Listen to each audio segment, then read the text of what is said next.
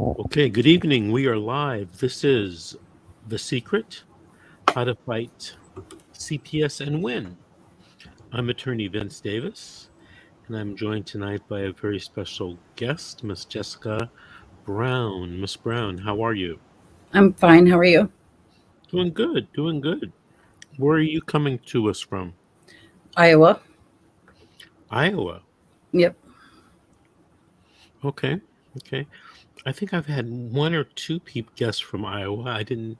Wasn't sure if CPS existed in Iowa. Does it? Um, well, I'm pretty rural where I'm at. I think my town has 3,000 people in it, and my county has about 10,000. So it's pretty small. I think I hit 3,000 people on my block. So, Everyone definitely knows everybody. so what's going on in Iowa with CPS? Um, well, so as of right now, my rights were terminated. Um, but I can kind of tell you everything that happened, um, and kind of go from there. Um, so me and my husband had we got married in 2013. We had a daughter, and then we had two twin boys in 2015. Um, and in 2020, right before COVID hit, it was Mother's Day weekend. Our relationship was not the greatest. There was some domestic violence in the home. And Mother's Day weekend, 2020, there was an incident that happened. And ultimately, that led me to call DHS, and I was desperate for help. I wanted to flee the relationship, and that's when they became involved in our life. Was June 1st of 2020. Um,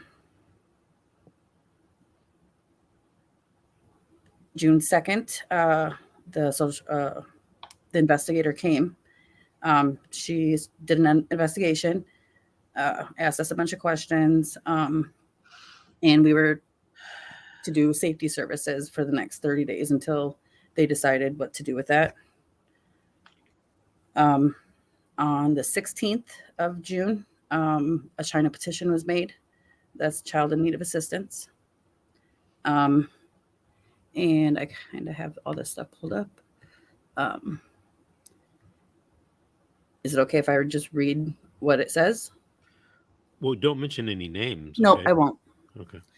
Um, so I'm the one who made the phone call on June 1st. I stated that I was scared for me and my children's safety, that I was trying to get out of the relationship, that I thought my husband was using drugs. I wasn't sure which ones. He just was not acting normal. He was irrational, and his mood swings were up and down. And I was truly scared for me and my children. Um, well, the China petition stated that allegations initially reported on June 1st involved both parents using dangerous substances and engaging in family violence, along with not providing the children adequate supervision. Um, it says uh, the family has participated in daily safety services and have been offered drug testing. Uh, my husband has, it says he had not consistently participated in safety services. It says that me and the children were staying with my maternal relative and have since moved back in the family home, with my husband moving into an apartment. Um, there was a protection order issued. It said that it appears that we are following it. That we, it said that we expressed our intentions on to reconcile as a family, which I never said that. Um, we do have a history. There's been a few incidents in the past where the police were called due to the violence, but due to resources and lack of income, I was not able to leave. Um, it says that we had a history of family violence and substance use with DHS services being provided voluntarily. So they've been in our life before. Um, it says that we have not made lasting changes related to the substance use and family violence. The twins are autistic and require a caretaker at all times who is sober. The children are active, curious, and challenge limits constantly. My daughter is protective of her father. She was involved in an accident on a moped with her dad in front of the home that required her father to receive emergency care. She did not sustain lasting injuries. He provided no reasonable explanation for the accident and suggested he does not recall what happened. I suspected that he was under the influence. That's another reason why I called. He is a veteran, so he has access to veteran services. He's been prescribed medications for PTSD. It says that he does not consistently follow through with services or take medication as prescribed. Stated that I have health issues, which I have fibromyalgia, it says I suffer pain and have limited mobility.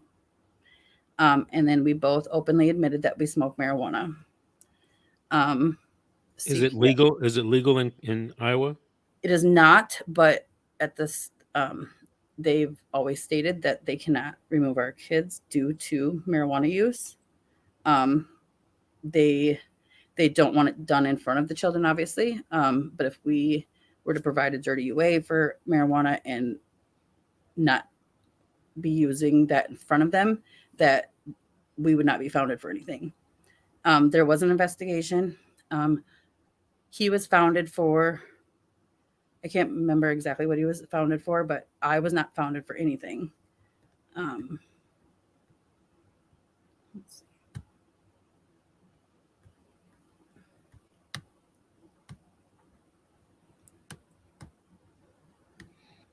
You looking?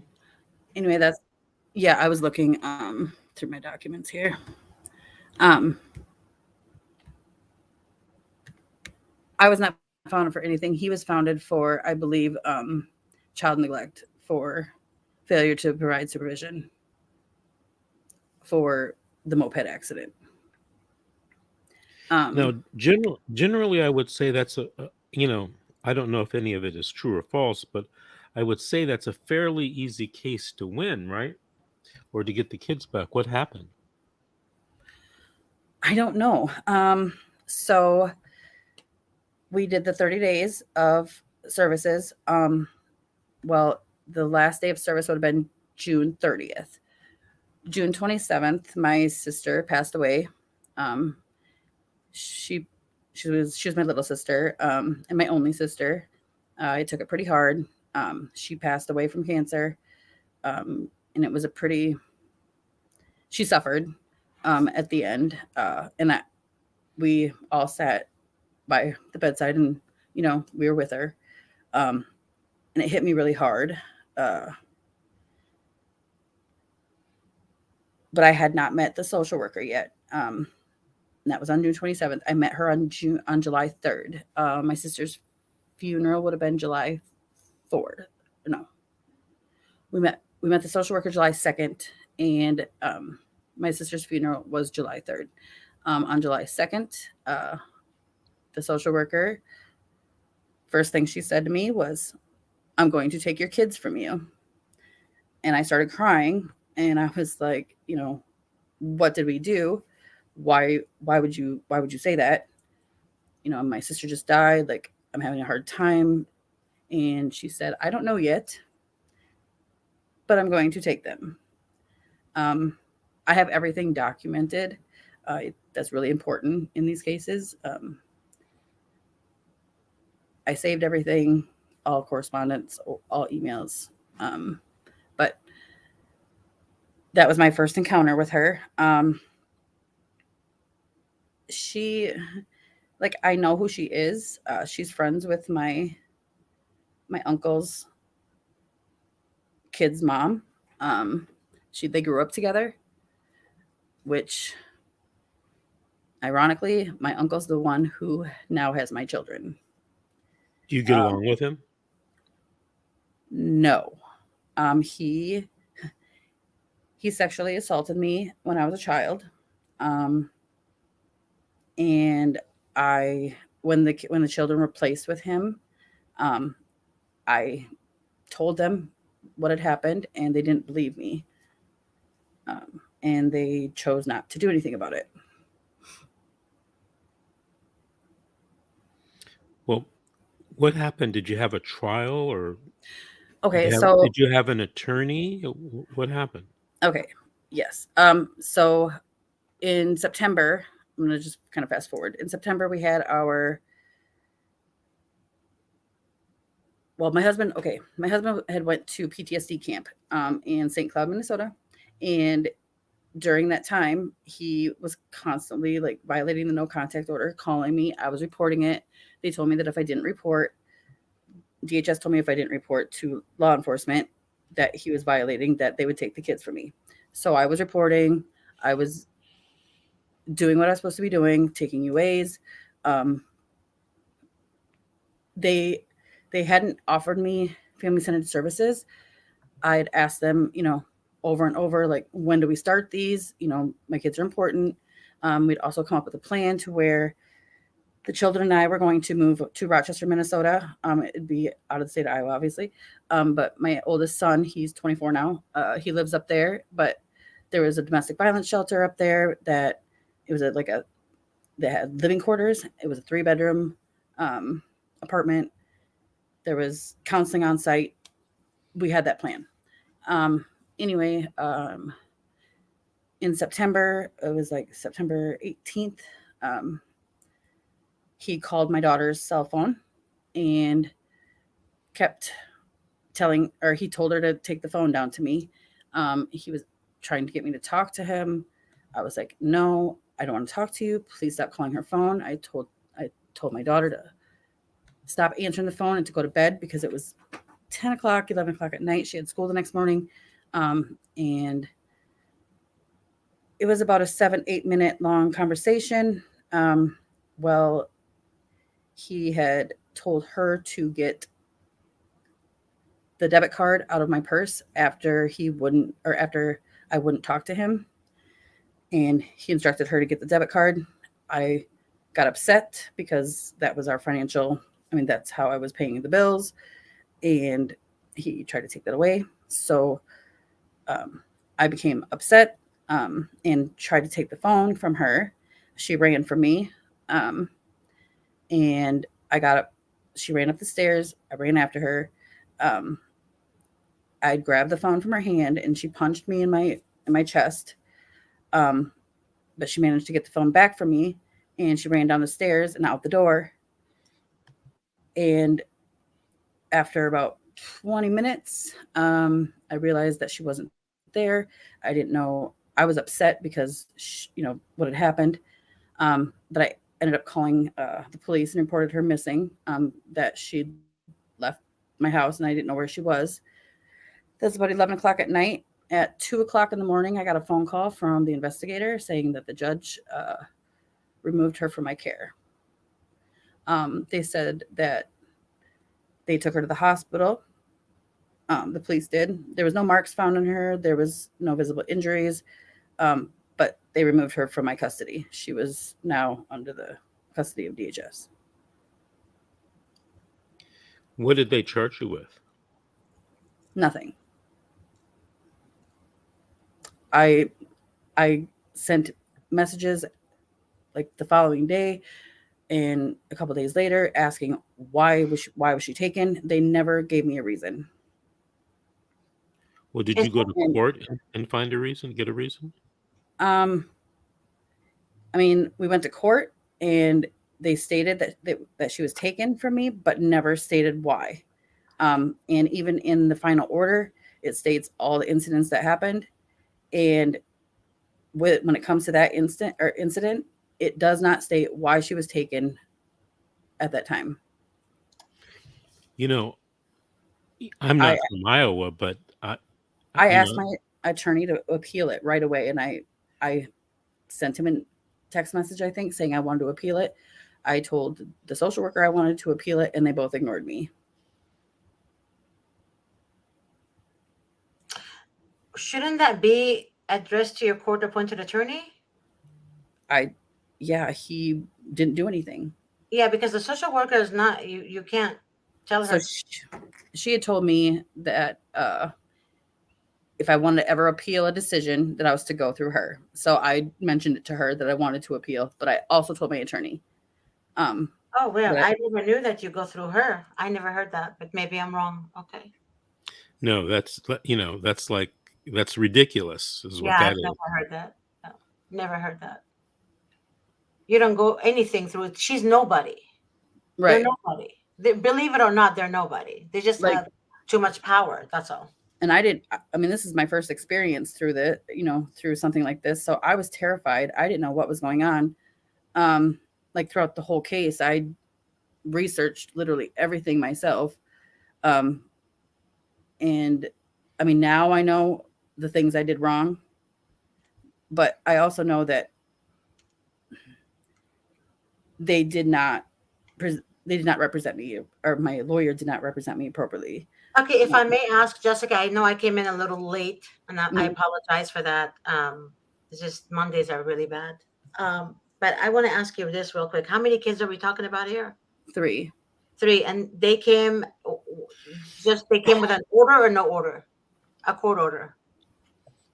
Um, they removed my daughter first with no court order, no warrant. I got a phone call at 2 o'clock in the morning after I'd reported her missing. Oh, she's a teenager. She was 11. She's a preteen. Okay, But Yeah. is so she special needs? Nope, she's not. It was my boys Okay. that are. Um, you reported her missing, and mhm. yet they came and took her from you. Did she say anything to them? Just that she was scared to come home, but what she was scared of was me taking her cell phone. I literally tried to take her cell phone from her. You That's know what I what? did. And I have the whole incident recorded. And actually, Jessica, just for you and everyone else who's going to be watching this or currently watching this happens a lot. Usually, kids, the main important thing to them is the cell phone. Correct. And I don't know what it is. I didn't grow up with a cell phone. I grew up with a doll, and a playhouse. That's all I grew up with. So Right. I never understood that nowadays kids will retaliate over every little thing, right? Right. And they would even lie about an abuser just because they want to keep the cell phone. They don't Right. want to lose the cell phone privilege. So I understand that. But and I've seen that happening a lot. And Attorney Davis, since you're with us, you know, lighten us with your grace, sir. Could you please let me Mhm. know how But can the system not understand that teenagers will literally say the dumbest shit, right? Mhm. And the parent will fall for the crap. So tell me, how can the system not understand that teenagers will say almost anything? and as far as the cell phone is concerned, I don't think the system has caught up to how important cell phones are to children or Mm-hmm, teenagers, and that mm-hmm. teenagers sometimes will, or a lot of times will, not tell the truth. I don't Mm-hmm. even Well, know what she said though. I just think she said that she was scared to come home. I But don't. Jessica, let him finish. Maybe Oh, he'll I'm say sorry. something. I'm sorry. Yeah, don't interrupt him because I like to listen to him because sometimes we might learn a thing or two. Right. Go ahead, Mr. Davis. and it's such a great incentive for these kids to lie about, because I think cell phones are tied to their identity, Yes. tied to their social status in school, Mhm. and they sometimes exaggerate the truth or don't tell the truth. Yes. But one of the things that I was trying to get from the guest is, you're telling me this and I believe you, but you were basically kept in the dark. I And, was. and you, even to this day, I don't know if you can even tell me about your case. I I don't know why she was taken. And then my boys, I wasn't allowed to be around them by myself after that either. My mom had to come and stay with us. Well, you have a copy of your file? I have a copy of. So I asked for a copy of my file. I asked to see my file.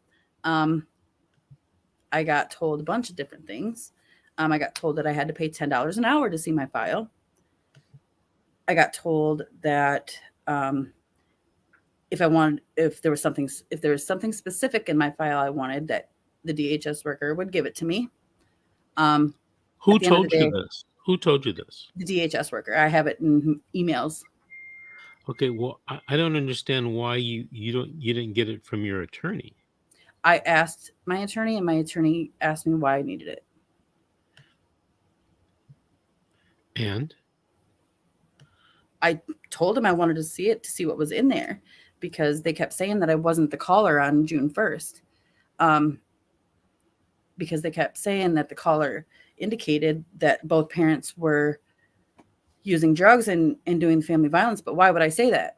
Why would I say that about myself right, if I called? It doesn't right. make sense. And I fought with them for a good year until they finally acknowledged that I was the caller. But by then it was Wait, that you were the caller or weren't the caller? that I was the caller. I'm the one who made the phone call that initially opened all this, because I wanted to flee the relationship and seek safety. Okay.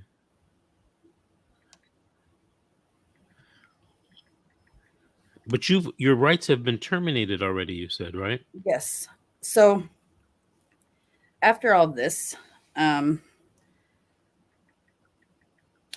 been a lot of other things that have happened, like in between there, with my husband violating the no contact order multiple times, like 52 times in one day. He would violate the no contact order. They would arrest him, and one time they dropped him back off at the house where I was at. Like, I had to call the sheriff's office, and why are you dropping him off here? I mean, this is where I'm at. I had so DHS contracts another company to do like the family centered services or the visits or whatnot. And the Mid-Iowa worker,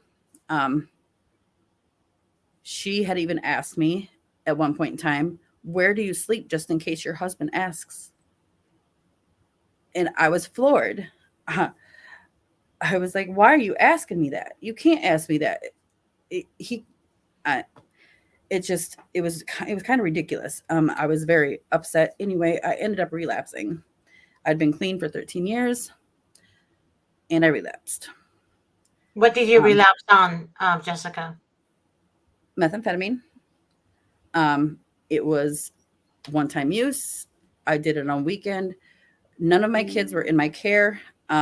They were my daughter had already been taken, and the boys were under the care of my mom, directed by the court. They were gone for the weekend. I was not at the home. I just made a stupid decision, and I did it on a Friday and Saturday night. I was supposed to get the kids back that Thursday. My husband found out somehow and turned me in. And they came on, well, let me back up. So the Mid-Iowa worker showed up when I was not home. And I told her not to come into the house. So I was remodeling. I was moving out of the family home. Sorry, let me back up. Moving out of the family home because he was getting released from PTSD camp at the VA clinic.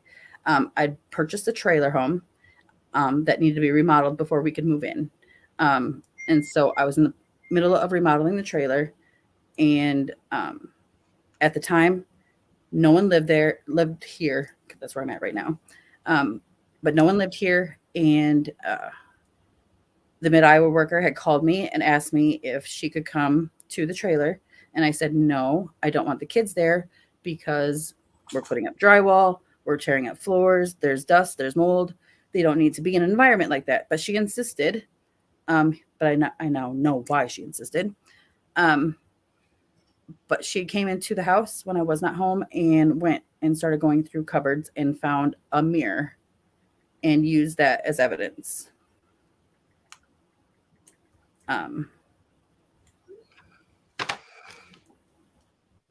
She found it in a cupboard that I didn't even know it was there. And she took pictures of it. That's what made the DHS worker come to the home and do the UA. And I tested positive, but so at the time it was COVID, so everything was done at the home, like UAs were done at the home.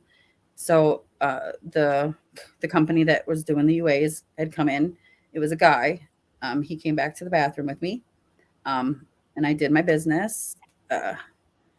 And he'd let my boys into the bathroom, and the boys flushed the toilet before I could give them the sample. And when we walked out of the bathroom, he looked at the DHS worker and said, or he shook his head, and I was like, "What's that about?" And they said, "Well, since the toilet was flushed, it's contaminated, so we can't test it." And in my head, I was thinking, if I may interrupt you for a second, Jessica, how did the boys go to the toilet after you? Were they in the toilet with you? so they because how are they going to just go and flush the toilet? And that's they what came. Well, so the guy was standing outside the bathroom door, watching me, and he let the boys in the bathroom. So they kind of ran past him, and I was standing up, pulling my pants up, and that's when they flushed the toilet. But why would they flush the toilet just out of the blues? Have routines, and that's just what they did. I mean, I understand that, but I know what you're saying, but it doesn't make any sense. So yes, you're not supposed to flush the toilet. There, I am not sure how they're supposed to be there and just flush the toilet. But I mean, we all make mistakes. We all make mistakes. Right. I get it. We all make mistakes. However, I believe because you relapsed after you gave up for 10 years, right? And then you went back to it again. They see that it's a learned behavior. I think that's where your attorney needs to come in, and perhaps like Attorney Davis, I think, correct me if I'm wrong, they have like facilities where you can have your children with you. Am I right, Attorney Davis? Yes. I mean, they have that here in California. I don't know what they have in Iowa. Oh, yeah, that's right. I forgot. You're out of state. I am so sorry. You're out of state. But it could be out of state too, what I'm saying. I don't know. We have what's called Heart of Iowa here. You can take your children and you can go to treatment and, your treatment, or, get your needs taken care of. They would not let me go. They said that I would never make it. What do you mean you will never make it? Like you would die or what? No, like I would never follow through with it. And I didn't understand why they would say that. Because you give it up for 10 years and you went back to it again. No, I'm talking, they said I wouldn't complete the program, that I would never make the program. I would never make it through it. And I don't know what gave them that indication. What gave them that indication, Jessica, is that you stopped for a long period of time and then you relapsed because you're going through stress. So what they're saying to you is that they don't think you're going to make it, as you're not going to keep up with it, meaning you're going to relapse again. So it's a learned behavior. That's what they're trying to tell you. But they were saying that that's the reason why they denied me to go to the treatment center. I don't know. That's what I don't understand. Because everyone else that I know of, because it happens a lot here in this little small area, they get to go to Heart of Iowa, but I didn't get to go. I begged them to let me go, and they refused. When you say they, who are you referring to? DHS. I asked my lawyer, and they just wouldn't do it. I did have a drug and alcohol eval. They said that my initial diagnosis was I was using as a coping mechanism because of all the drama that had happened with my I got beat up Mother's Day weekend, my sister dying. I essentially lost my spouse, lost my kids. Anyway, there was just a lot happening at one time. They said it was a coping mechanism. Well, I did not sign the releases of information for myself. I signed them for the kids and their treatment, but I wouldn't sign for myself because at that time I was kind of reading my rights, and I didn't want them to use like my fibromyalgia against me, and that had been stated already in the initial report. So I was kind of leery, and my social worker called my counselor and talked to her. And so when I went back for my next meeting, they had changed my diagnosis. They said that I now have a problem and I needed to go to inpatient treatment. How much meth did you do? 4 lines. For what? Like, it was not very much. Like, was it like a month or 2, 3 days, 4 days? Oh, no, it was 2 days. 2 days. It was a Friday and Saturday night.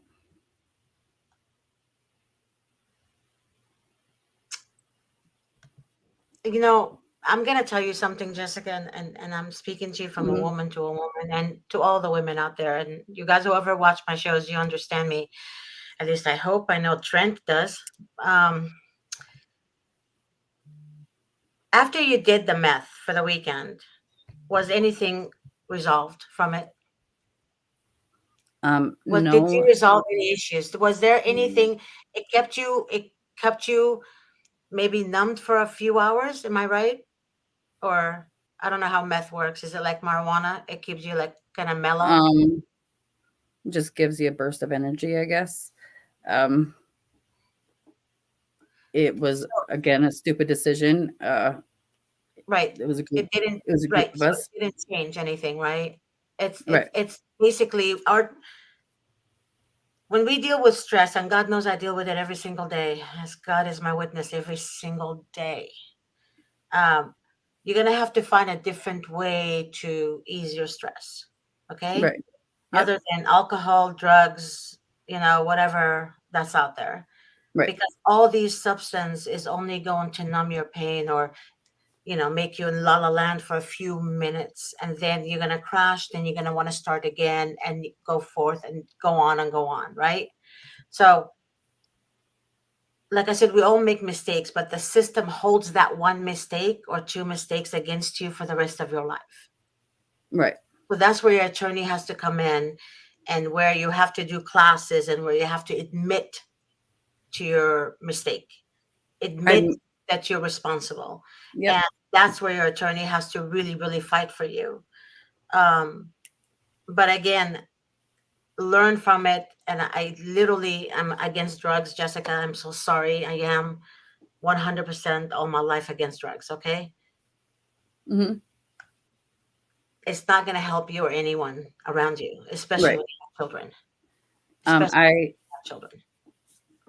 I was clean the last 8 months of our case. Mm-hmm.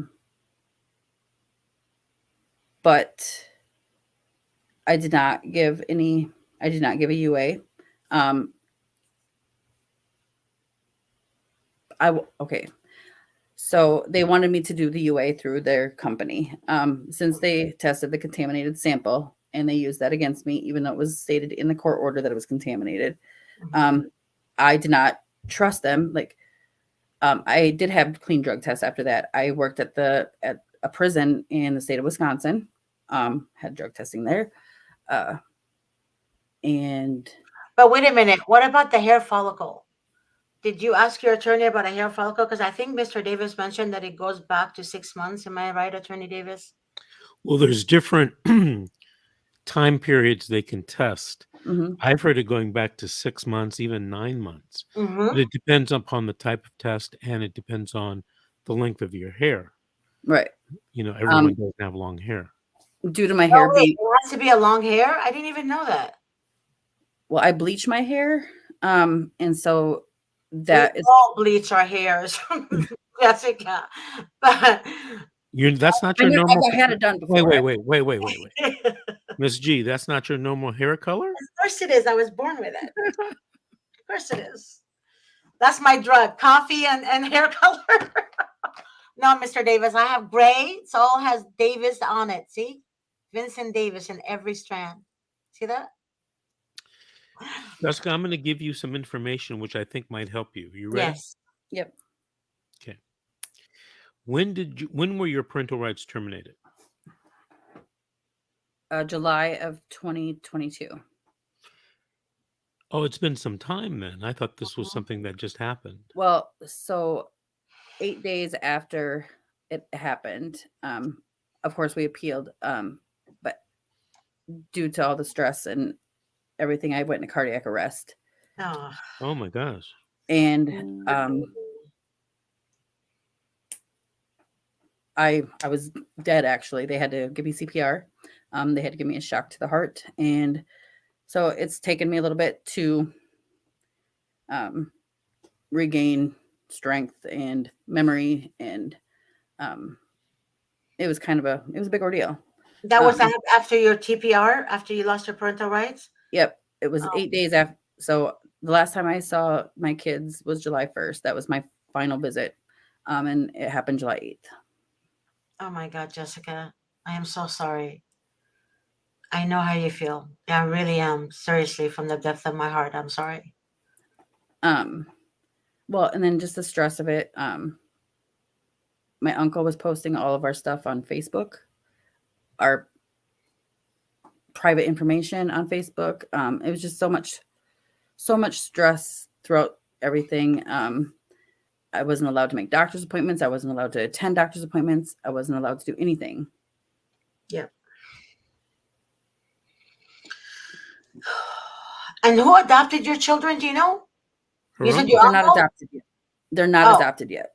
but Uh, he has legal guardianship? yes. No? And that was another thing. So Well, at first my mom had them. Wait a minute. Are you telling me that they terminated your rights and he has legal guardianship? I That don't think doesn't. your rights My are uncle? terminated. Yeah. Did he ever It says adopt that the they are. children? It says that they're They're adopted. going through the adoption. Like there's been Okay. hearings on there's adoption hearings that I get. There's one coming up April 6th.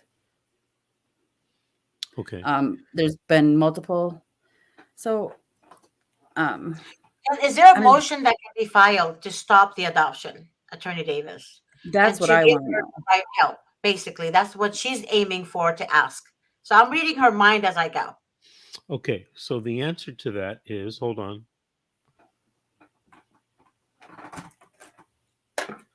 The answer to that is yes. However, it is in most cases a low probability of success. Okay. But there is something that you can do. There is a motion that you can file to set aside the judgments and orders based upon fraud. Okay. Uh-huh. You can also do it based upon ineffective assistance of counsel. You can also do it, based upon the fact that you didn't have, it doesn't sound like you had reunification services. Now, here's the problem, Jessica, here's the problem. I've just given you 3 ideas. The problem is they may be denied because it's been a long time, timeliness, Right. right? I don't know if Iowa has something, but California has something. It's called a writ of quantum novus. And basically that says that, at any time you can file something to try to show that justice should be served. Okay. Absolutely. Now, I don't know if Iowa has that. I'll look. But even if they do, even if you were in California and we filed that, it's going to be very hard for you to win. However, I don't think you should ever give up. I won't. I don't know if you saw our show. It feels like 6 months ago, 8 months ago, we had a lady on the show who had rights were terminated. 2 months ago, Vincent. 2 months ago? Hmm. No, no. Anyway, her rights were terminated in San Diego County in California. 5 years goes by. Her rights are still terminated. She never gave up fighting. After 5 years, the stars aligned. She got her rights reinstated and got her child back. What state Now, was that? that's California in San Diego County. Now, here's the thing.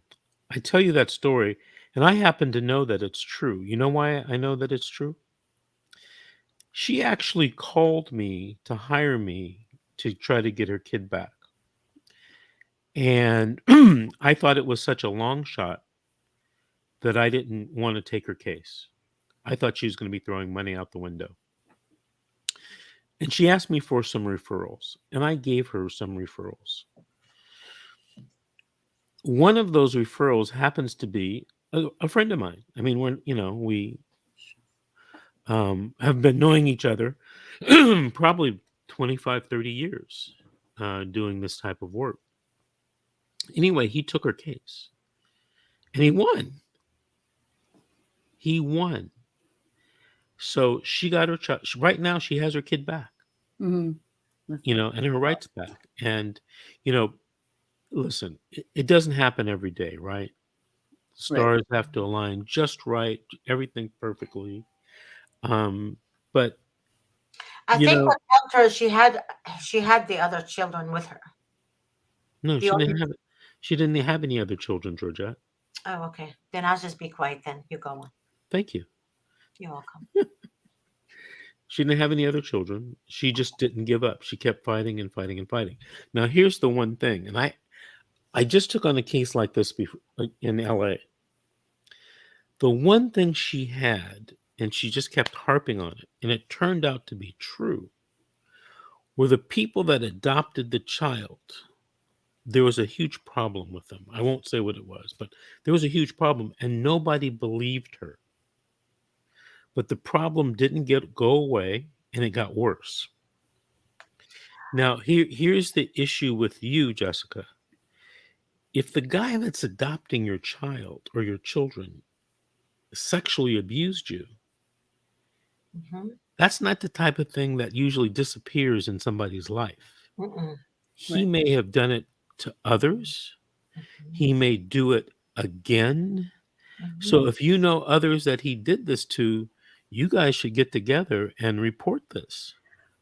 So Because although it's just helping you save your kids, getting them back, it also is going to maybe save your kids going forward. And who knows what other relatives or kids he's going to have contact with.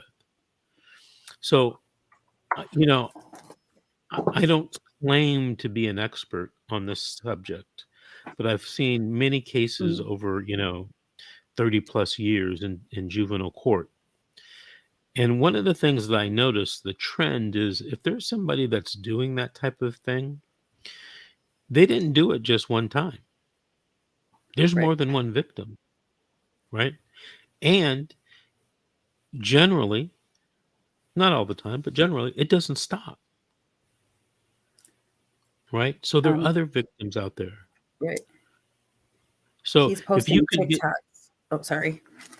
if you can get some credible witnesses together, maybe that people will come forward.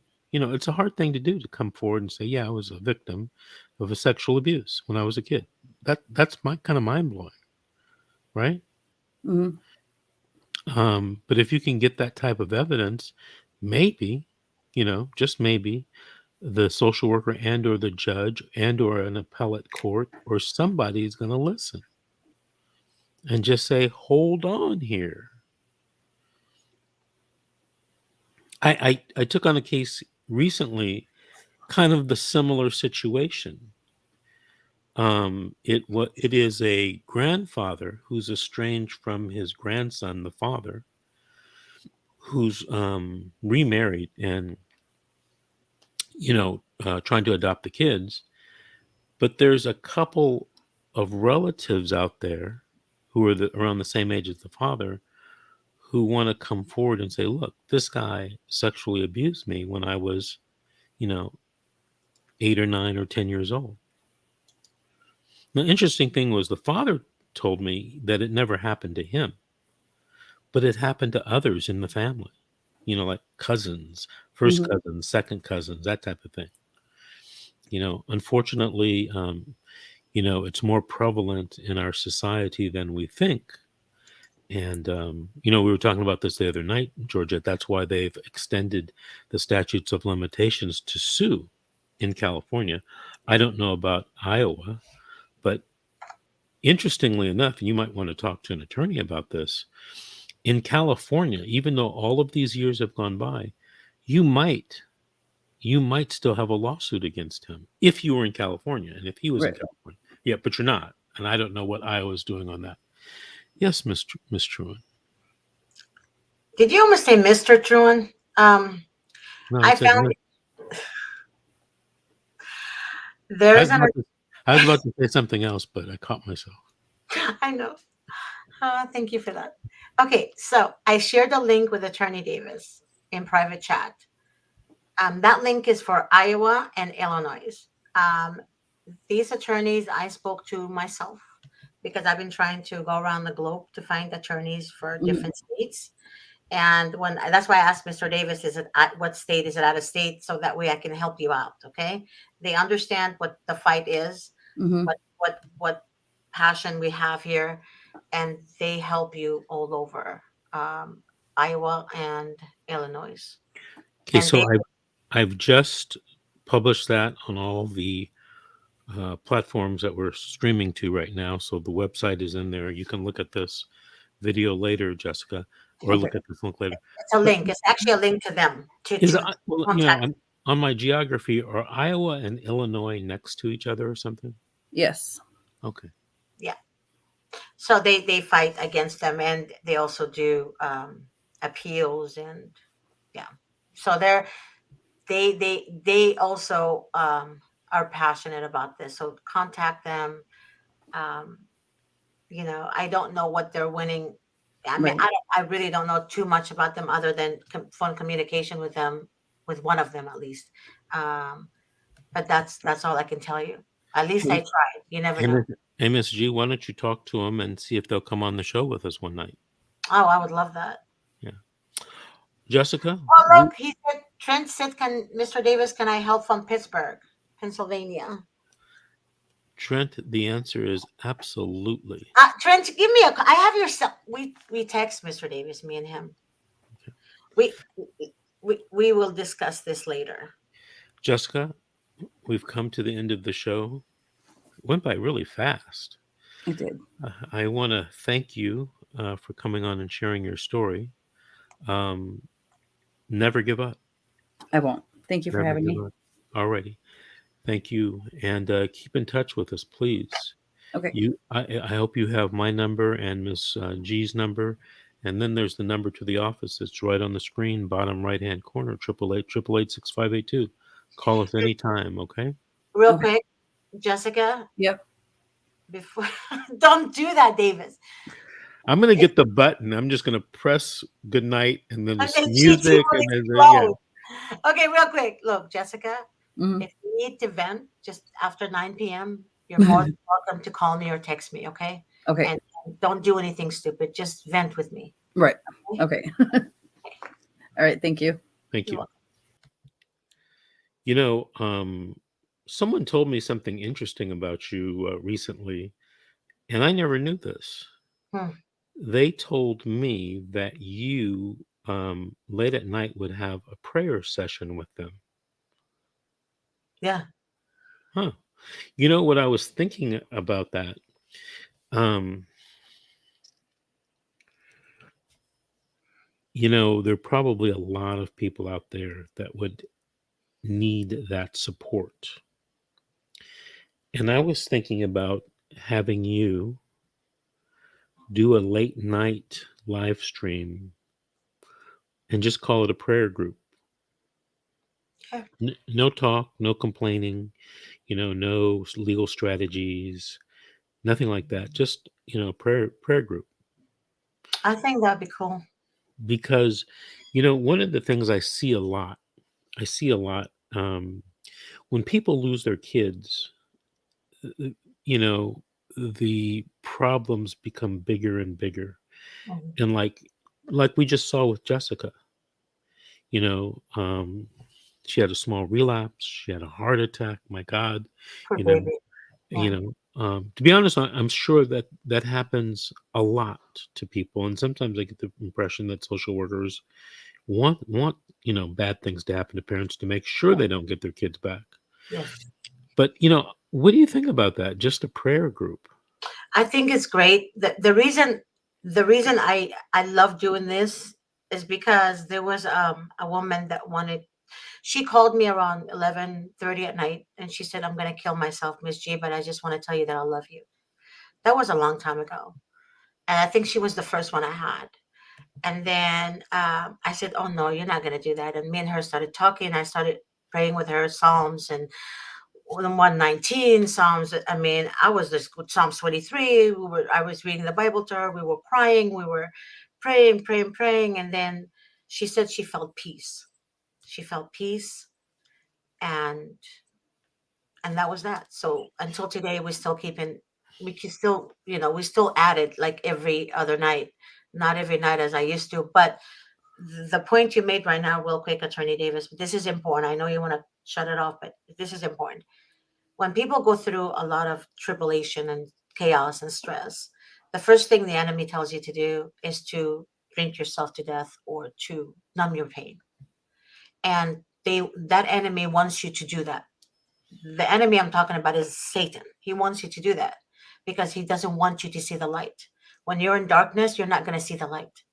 And like I told many of you guys, I do go through a lot of stress as well. But I do vent out. I do get mad just like everyone else. But at night, I pray. I do. I literally pray. And I do pray for Mr. Davis too. He drives me crazy, but I love the man. I do. I love him. Um, but I do pray for everyone. And you guys really need to keep in mind you don't want to fall. You have a winning chance. But the only problem that's stopping you is your actions. Your actions. Because nothing you can do that's going to fix the situation. The only You- thing you can do is work on yourself. Go ahead. Okay, so here's what I'd like to do. Mhm. When can you start this? And it can be on, like 10 o'clock, I'm ten doing it p.m. every night already, Davis. I mean, if you're Okay, asking me to start something I'm already doing, okay. I'm literally doing it. All right. Literally. I have a book of names that I call every night. You just that's But why that's how why when about you text me at 2:30, I'm answering you how because how I'm about still up. how about if you do it a group instead of one on one, one to many, and you can help people What do you that mean way. a group? Like have them on the show with me or No, you know what I was thinking, and we use StreamYard to do this show and the other shows, but you could have a Zoom meeting with like 100 people, and you can all see yourselves and you can all pray together and interact together on Zoom. why can't we do it on the show so that way people can see it? Well, you'd have to Tune do. in. The problem is that StreamYard doesn't support that. StreamYard only does, I think, up to Oh yeah, yeah, I know. nine people. 9 or 10. Um, yeah, but Zoom does up to like 100. But I don't know if you can stream Zoom at the same time. I mean, that's something that we're going to have to ask Grace about. I see. No, we're gonna ask Darren about. Darren knows a lot about all this stuff. Okay, well, ask him. He's a And you deep know what? You know what? So professional. that we don't talk about it and think about it and do a Rumpelstiltskin about it, sleep 40 years. Let's plan the first one tomorrow night. Yeah, let's do it. Okay. And you guys, Adrian and Trent. Well, Trent, you have my number. Sashi, I can't read her name. Sasha Shawia, Sahewa. Um, call the office, get my number. They'll give you my cell number. I already instructed them to do that. They'll give you my cell number, and I will be happy to to do something with you guys. Seriously, I have no problem. Hey, Deidre says that you can add the Zoom to the show. Now, that's above my technical knowledge, but Ms. G, call Deidre and find out how we do that. And well, let's start let's plan the next one, the first prayer show tomorrow night, 10 p.m. Okay? Okay. All right. Hey, everyone, thank you for watching the Hey, show. wait, what are we gonna call the show? It's not going to be a show. It's just a Oh, prayer group. so just GT prayer group or what? Miss Yeah. G's prayer group? Yeah. So I want to thank everybody for watching this evening. We'll be back tomorrow at 7 p.m. Yes, that's the number. Shall we? I'm sorry, Davis. Hold on. She asked a question. Ms. G, I have to go. Bye, Good Mr. night, Davis. everyone. Bye. But